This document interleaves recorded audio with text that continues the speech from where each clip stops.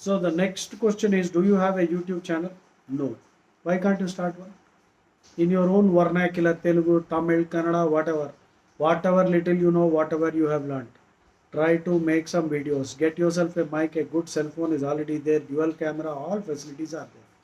So you are using Androids, but there are so many applications which you are not using. So please do that, because the Veda says, Swadhyaya pravachanabhyam na pramaditavyam. You should study the scripture, understand Gita, and also teach the Gita. It is the duty of every Hindu to spiritualize the world. It is the burden of every Hindu to spiritualize the world. Okay, Rudyard Kipling said it is the white man's burden to civilize the Hindu. This scoundrel, Rudyard Kipling, he wrote that Mowgli, Jungle Book. He had that racist thinking. He wrote that poem If. That was a nice poem. But of course, in the poem also there is a fault. He says you should throw everything and bet on it, which is stupid. Gambling, he is supporting gambling.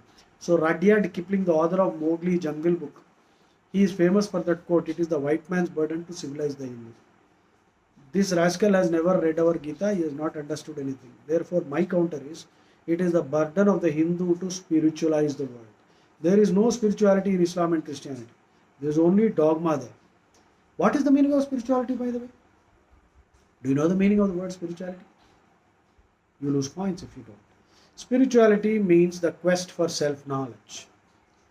What is self-knowledge?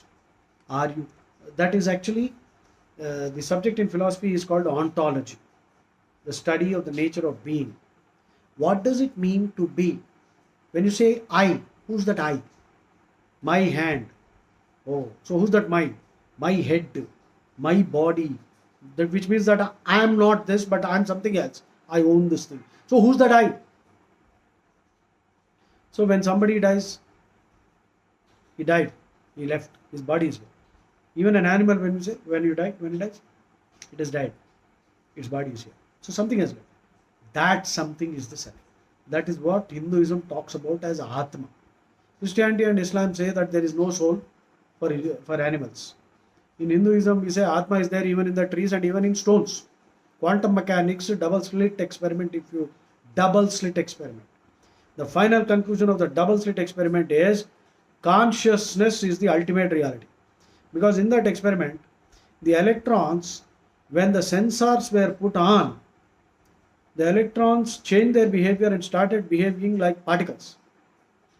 And when the electrons were switched, the sensors were switched off, the electrons started misbehaving and started behaving like wave energy. So there was an interference pattern on the screen. Thomas Young, please refer this experiment. The inescapable conclusion is that the electrons were aware that they were under observation. So when they are under observation, they are behaving like good boys and particles. Only 2 lines on the screen.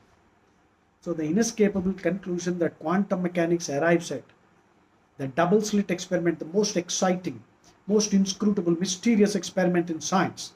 Conclusion, consciousness is the ultimate reality.